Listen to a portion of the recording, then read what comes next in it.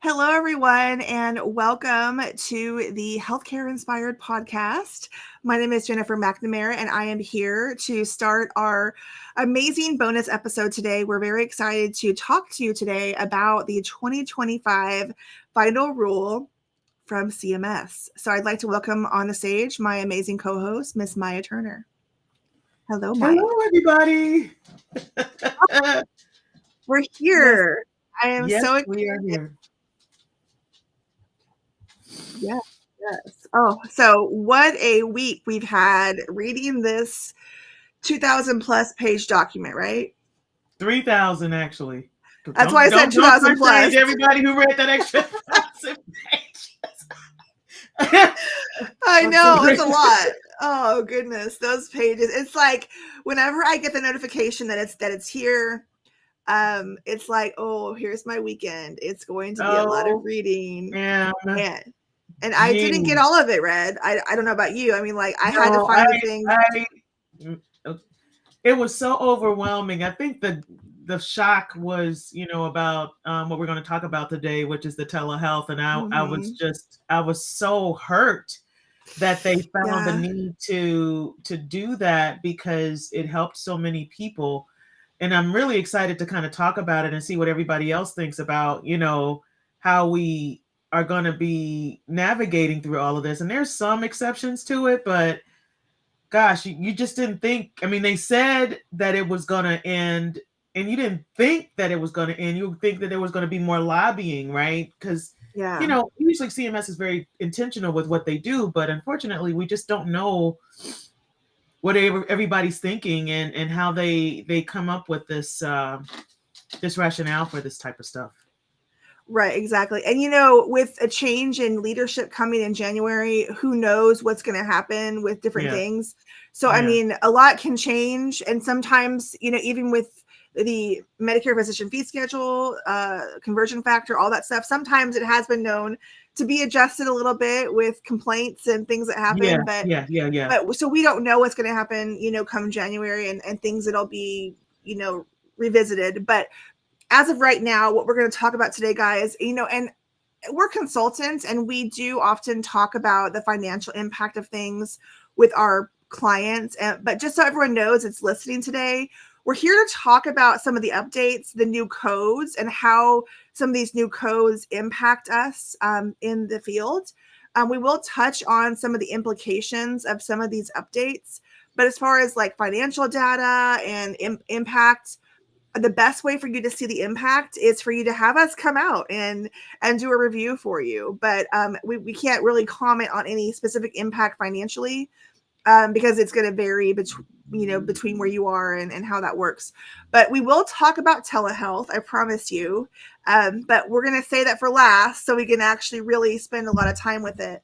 The first thing that I want to talk about today, I know you were excited about this too, was this new complexity code for inpatient observation. Yeah. So that was exciting, right? Yeah. And I hope, with many things that are introduced, I hope that there's a lot of, what's the word I'm looking for? Clarity on how people are going to use this code because, interactive complexity, it means that, right? But, I think when you think about that, not interactive complexity, but the complexity of any type of visit, you want to make sure that it's, blatantly clear, right? So from an inpatient perspective and hearing what we've heard in the past, all of my patients are complex. Okay, so what are you documenting to show that this is what the case is rather than us appending that code and we're not finding anything to support it, let alone the level of service that you're billing. So, from, and in my experience, hospitalists, intensivists, they all think that their patients are severely intense, especially when you're dealing with cardio and pulmonary, right? Well, okay, so now you're adding a lot of other providers in the mix. And so how are they going to interpret that? So that's going to really glean on education from consultants, compliance, all that stuff is going to make a difference on how they interpret it, how it's documented, and how CMS actually monitors that code. So Right. So one of the things they did mention in the final rule with instructions for providers was they want you to document detailed documentation. Again, we always say we need to have those details of the complexity involved, why it's essential, right? Patient assessments, counseling, um, and it is specifically for inpatient observation E&M codes when the complexity threshold is met. So we really want to make sure that we're using this code appropriately. There is a reimbursement of about $43 ish for reimbursement. So it's a good little extra bump for those inpatient and observation visits to capture the additional time and expertise for you specialists that are managing complex cases, specifically for it's really designed for those infectious disease providers. That was one of the things that they looked at. So just make sure we're understanding the purpose of that code. And then next, I wanted to talk about my world of surgery. I was so excited for the new post-operative care changes It was a myself. lot of codes in there for surgery. I was like, wow. Yeah, there's a lot of stuff in there for surgery. There's a lot of stuff in there for surgery, and we can't unpack it all today. Right. If you want a specific review for your practice, let us know. Because we don't have much time. We could talk all day about all the changes, reimbursement stuff having to do with some of the surgical codes. But for the post-operative care changes, there is a new code, G0559, which there was a lot of comments on. I think initially for the last several years, we've seen so many comments, people wanting to just do away with the post-operative period. I think that's kind of like the consensus. And they like introduced that a long time ago, but they kind of let that subside because they wanted to reduce the time frame associated with surgery, and everybody was not having it. But I think it's much needed because it needs to be documented how much is being managed after the post-operative care, and usually it's like 2 or 3 visits, if at all. Yeah. So it becomes an issue. Yeah, you're right. And I think when it comes to surgery, my whole career being in surgery, technically in the surgery world, it's always been, okay, do we need to for fracture care, for instance? I'll just use that as an example, because that's what we're going to talk about today with this particular code. Is you have your ER physicians that are seeing the patient, right? Typically in an ER setting, you have a fracture that comes into the ER, right? And so they come in and you have to take care of that as an ER physician. But then you're going to say, hey, follow up with ortho. So there needs to be, if the ER physician is going to bill their closed treatment of the fracture or their, manipulative or non-manipulative care, they have to document appropriately. And if they're going to bill it, then they need to coordinate with the ortho physician and use those modifiers that we've had, right? 54 when the surgeon transfers the post-operative care, and 55, 56 when you have some of those things with preoperative and intraoperative care. But when we're looking at modifier 54, they have said as of 2025 what they want to see. If you're going to do this, it has to be a coordinated effort. They want that modifier on those on the post-ops. It's going to be really interesting to see how that's going to be reported, because we always have the fights between the two physicians and who actually put on the cast or who initiated the care, and that would be who would get the code, or the ortho doc who reevaluates and determines if it's going to be what kind of treatment and that kind of thing. So this is going to be really interesting to see how they coordinate.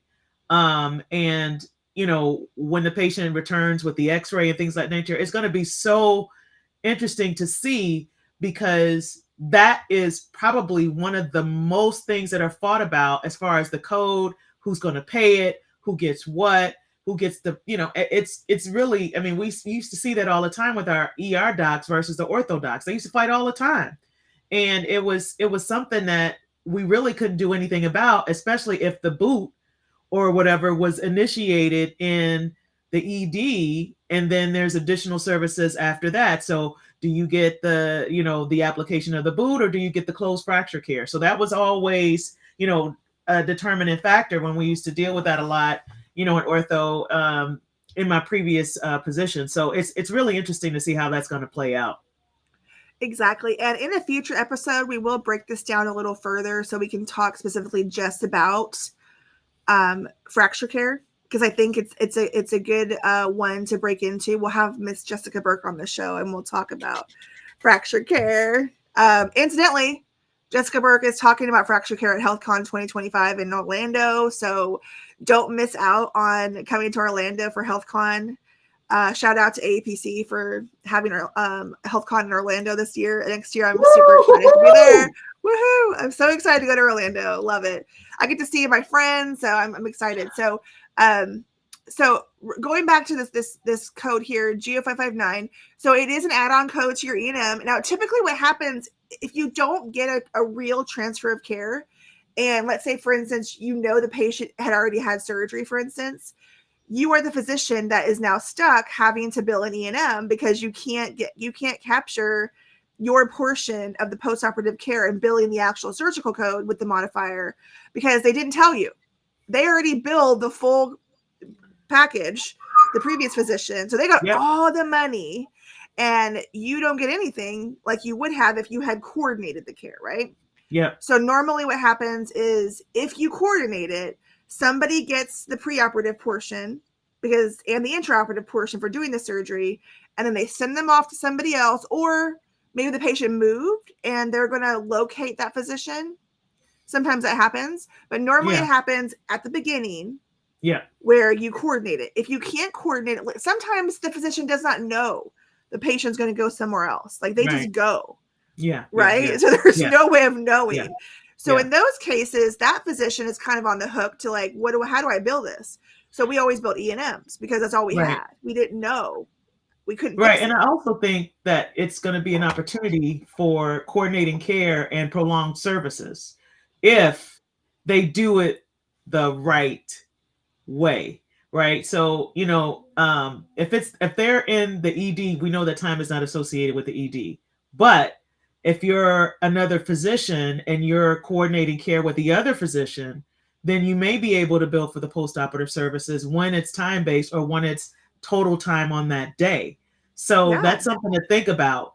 That's related to that. And I think, Medicare is very intentional with how they do stuff, and they're expecting for providers to examine this. But I'm sure AAOS and emergency physicians, they're going to be really talking about this and how there could be a protocol that's set up for outpatient emergency services when it's related to fracture care, so that there's a streamlined communication. I mean, or at least it would be ideal for those types of things to be implemented as far as a protocol to contact another ortho and get all of that stuff in place so that everybody walks away happy and reimbursement is appropriate. True. Yes. And I also want to say, like Maya said, watch your organizations like AOS, emergency physicians, and also the American College of Surgeons. Like it's not just ortho that this is, it's all surgeons that deal with this when it comes to, and they mentioned the final rule comments about the management with ophthalmology. So the co-management, because we've typically used some of these modifiers for ophthalmology as well. There's a lot of variance there. So again, this is something to watch, something to pay attention to if you work in surgery. At the end of the day, though, it's going to take a lot of communication, guys, a lot of communication. And I guess if you want to learn where to go to find better communication skills, I mean, you guys can buy my book. And for those of you who haven't bought my book yet, Clear and Connected, you can get a copy. Maya's got a copy, signed copy, and let us know. Go on our website, get a signed copy, and have it shipped to you from yours truly. I will sign it and ship it off to you. So please grab your copy today. We'll have information in our show notes of how you can get a copy if you are listening in your favorite podcast app on your phone. If you're watching live or on YouTube, you can scan the QR code. Right. So we hope you'll jump on over and get a copy of that book. And then, I think, because we are so excited to now dig into telehealth, those are some of the key highlights. Let's do one more because it's one that we've been waiting for. The G2211 and the AWV. Yes. I think, I think that it's overdue. And I think when we first heard about it, a lot of physicians were like, okay, all of my patients are da da da. All my what can I do? What can I do? Well, now they're extending it and they're allowing for providers to append the G2211, right? But it still needs to be supported. You can't just use a template. You got to tell us what's going on. Yeah. Right. And when you're using these codes, you have to be very familiar with the E&M requirements versus the AWV requirements, because the AWV requirements does not require an examination. It requires biometrics, which is a difference. So if there's an incidental finding or if there's something that requires more care or more attention, then that's when it should be documented and supported. I even recommend a template, not a template, but a smart phrase to indicate what you did above and beyond to support what you did in the AWV template to negate the usage of the G2211 when you're billing for those services. So, from a primary care perspective, and for those providers who perform those services at other locations, be very mindful that just because they allow for you to do it, it does not give you free range to append it every time you feel the need. There needs to be documentation to support it. Exactly. Just like when we've been using it all year, hopefully, for our specialists and anyone using it, it's not a free for all just to get extra reimbursement. It's like, oh, we'll just slap it on there. Any add-on code has to be supported by documentation. It's no different than adding additional levels in your spine coding. Like you have to have evidence that it was done and that it was medically necessary. It's always been that. And one of the coders, I was listening to a podcast. I think it might have been Sean Weiss and that group. And one of the things that always reminds me is that if you want additional money, prove that you did the additional work. That's it. So if you're going to pin something, right? If you're going to pin something, an add-on code, whatever it is, then make sure the work is supported in your note. Don't have anyone guess what you did, because when you're guessing, then you're going to have perception issues because it's not evident to everybody of what you did. Yeah. Let me ask you this, Maya. I'm going to ask you this. Does guessing hold up in court? Nope. Not even. Didn't think so. Nope. I think what happened was, just the facts, please. Can you? Facts. Did you? Right? Mm-hmm. Just the facts, ma'am. Right. So another thing, and I remember it's funny because I was so excited when this happened, because this is what I was saying from the very beginning, because people were so upset that you couldn't use it with modifier 25. And so as I got to thinking about it, I thought, well, there are really good instances where even though a modifier 25 is appended, where it would make sense to use G2211 in addition to that. And this is one of them. Yeah. Because there are times where it is completely separate and they have spent extra time. It is complex. And so the AWV component with the E&M and the G2211 made sense to me from the beginning. So I'm really glad we had those commenters that agreed with me and others, of course, that agreed. And so this makes sense, right? It does. Yeah. There's a but. But CMS still has not budged on their modifier 25 exception. With the exception of this, you still, outside of this, are not allowed to use G2211 if a modifier 25 is being appended to your E&M. Outside of this new caveat, this new rule that they've created, you still cannot put G2211 in addition to an E&M. So let's just walk this back here. Reminder, if you're billing 99202 to 99215 and you have evidence of complexity, you cannot bill G2211 if you're also billing a minor procedure. Yep. Okay. Just want to make sure that's clear. They do say you are getting extra reimbursement for the E&M in addition to the procedure. So you're getting the work you performed, you're getting paid for it within that. Yeah. Typically, the procedure is the procedure, right? And we know modifier 25, we just talked about it, of course, last week. You're not getting reimbursed for the E&M unless you show the extra work. So by showing the extra work, that's what gets you the E&M, and that alone. Right. The G2211 doesn't come into play now in that world because you're getting paid for the procedure, and only if you show extra work on top of that do you get the E&M. Okay? Right. Very rarely does that scenario play out with complexity, because usually it's the procedure and you're trying to show additional work that you did, but it doesn't rise to the level of super complex most of the time. Right. And so I would like to add to that, if you find that you're doing or have a need to do a procedure, don't append the G2211 if you're going to do something more on an incidental finding during an annual wellness visit, right? So if you're not going to do anything more, you know that the patient is inherently complex, there's something else that's going on, then append that G2211 to the annual wellness visit, show the phrasing that's related to that. But if you know that you're doing something other than or more than the annual wellness visit, there's an incidental finding, you want to do something more, maybe it's a skin tag or something very minor, then at that point, that's when you're going to do something more.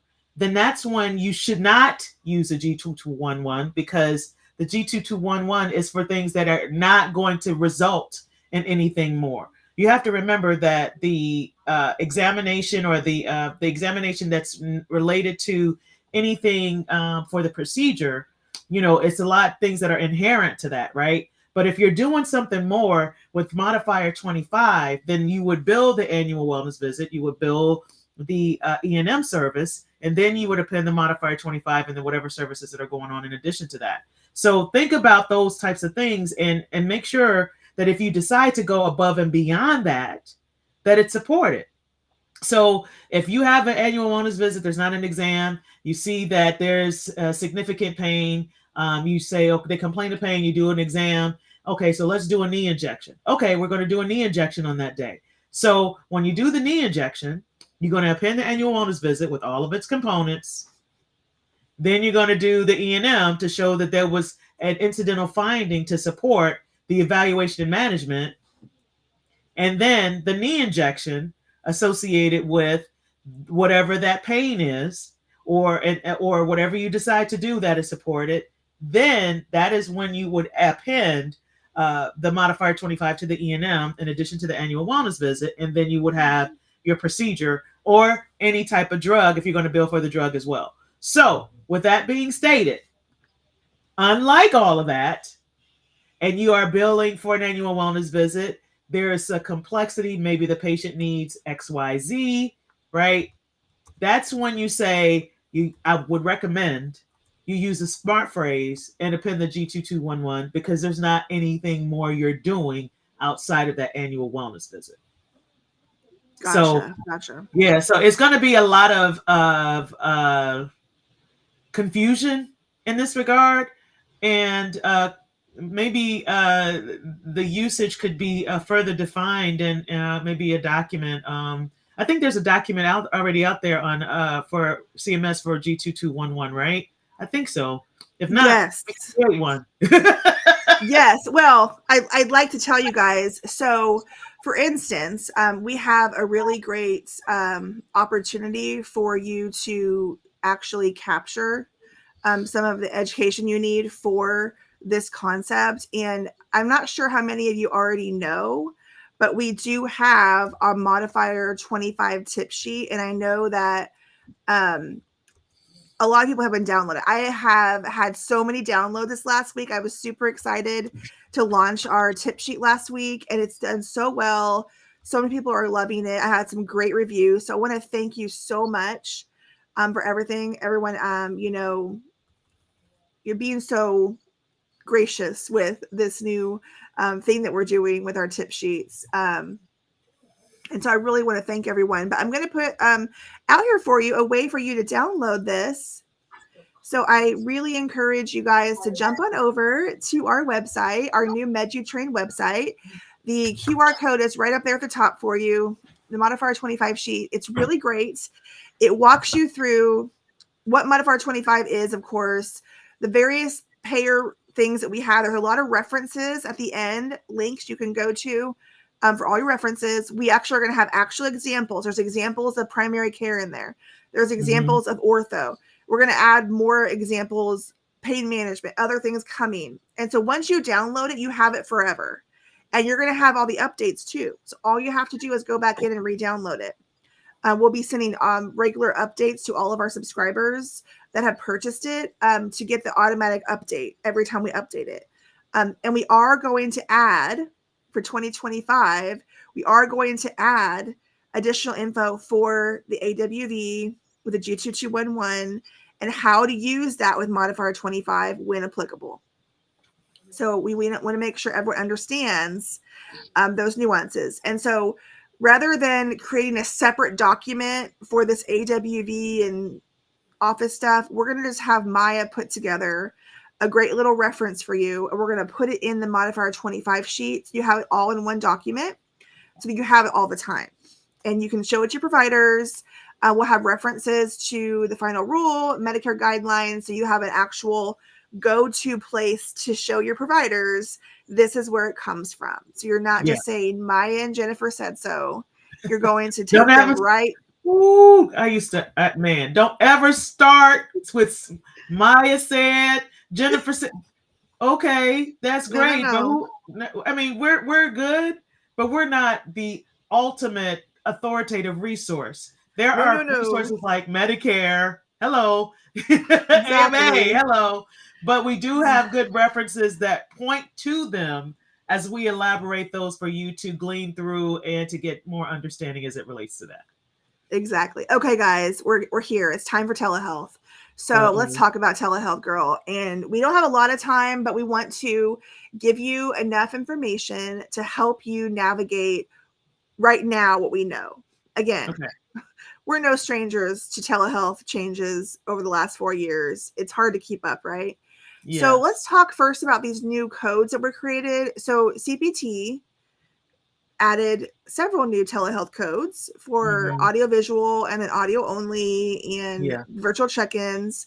So what do we know about these codes and what do we know about CMS's response to these codes? Oh, yeah. Interesting. I'll just say that, and it's kind of odd. CPT added a lot of the codes that are related to synchronous communication. There's also a new code for check-ins. 98000 through 98015, and then 98016 is for the check-ins. However, in the final rule, they have determined that the telehealth restrictions were going to end as of December 31st, with the exception of for mental health services. But they've also extended some services to rural health and FQHC centers.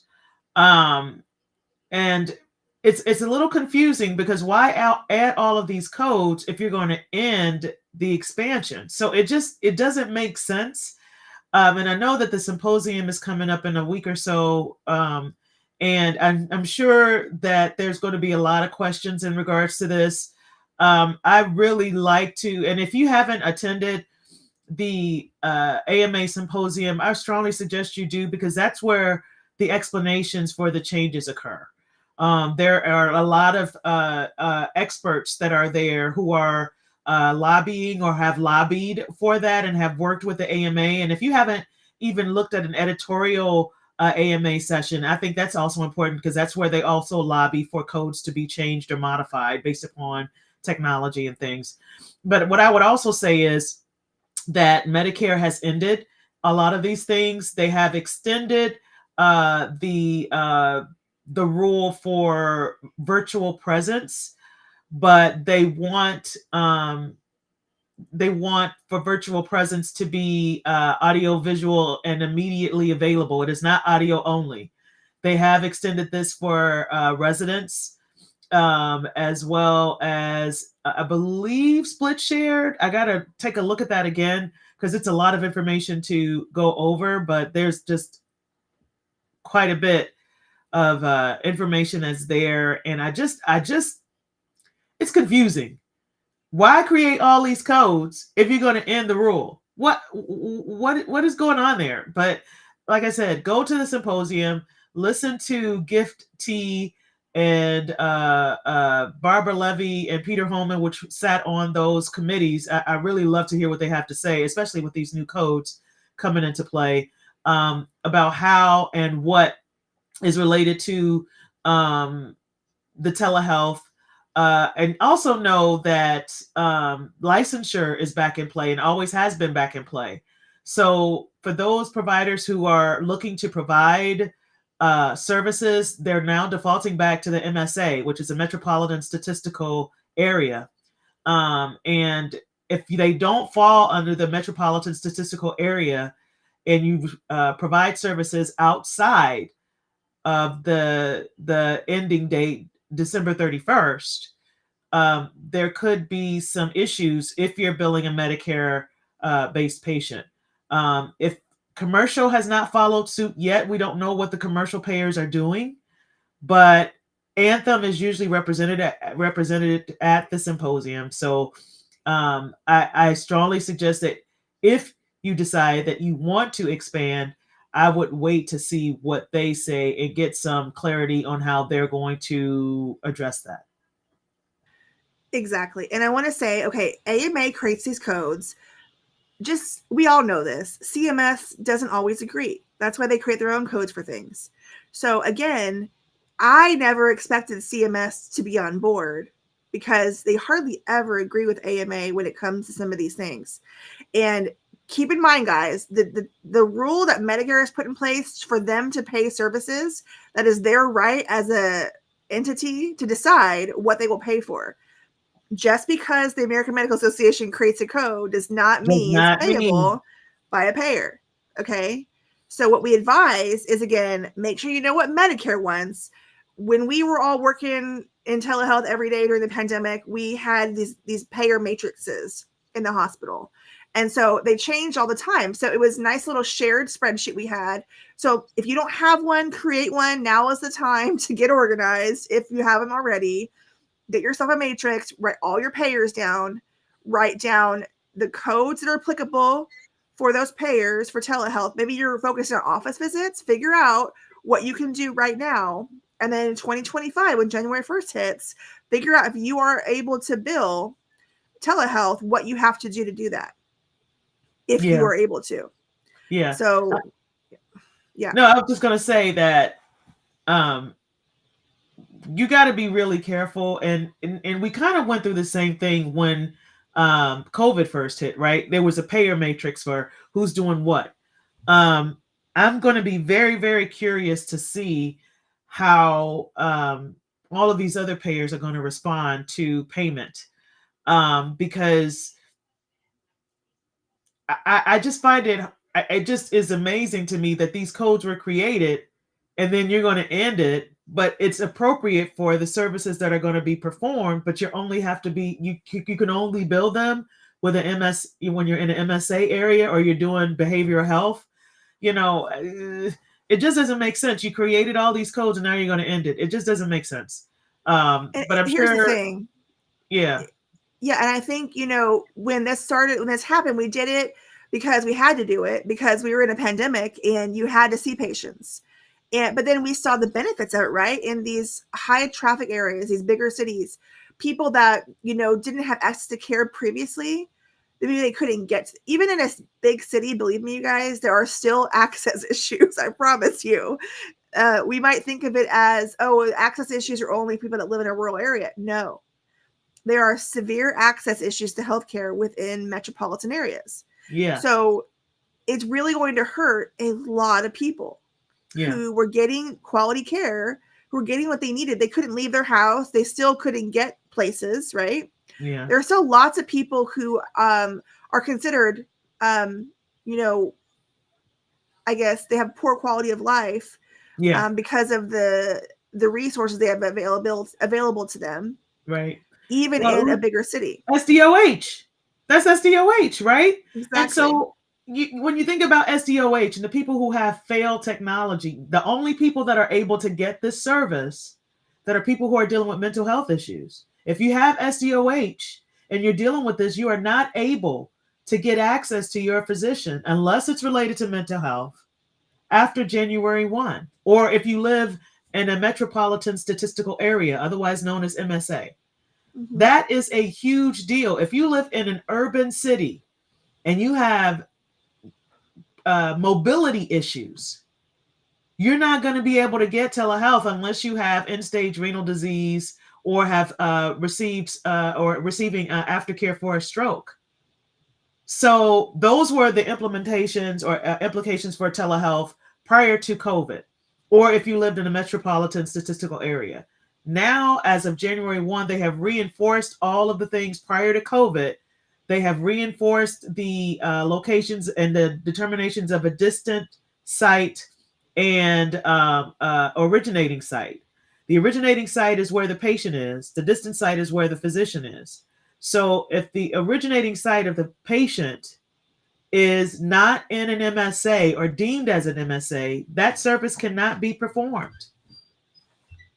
You have a lot of things that are related to this. So I like I said, I have got to be at you. I mean, I'm going to be front row center to hear what the medical directors of the Max. There is a section specifically from the final rule. So, you know, I for one, I'm excited to hear what's going to happen next. Exactly. And here's the deal, guys. We have it across the screen. Just go ahead and regularly go back to telehealth.hhs.gov. Find that area of the page. They're going to update this because this is a true source of excellent information on telehealth. So always use this as your resource. Check it often. And we are going to have some amazing education from Miss Christine Hall at our Inspired Compliance Seminar that is coming on December 7th. So we hope that you will all attend. Right now, guys, it's an amazing deal.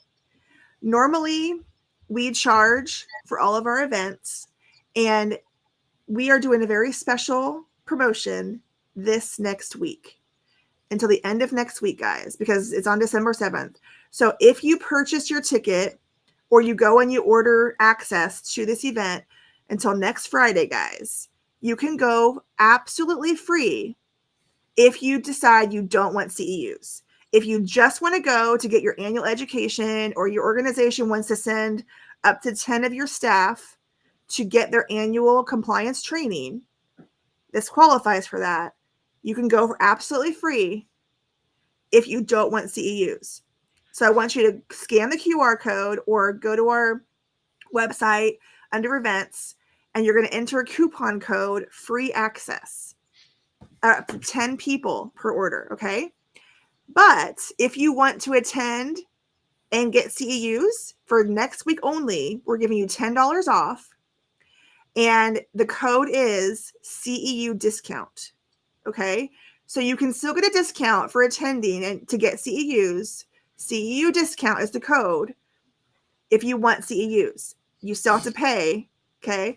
But if you don't want CEUs, and believe me, if you get a free ticket, you're not getting CEUs. So just make sure you put the right code in, so that you can attend and get all the awesome education. We have so much packed into this conference, this one-day seminar. I really think we need to just spread the word and get everyone here because it's going to be amazing.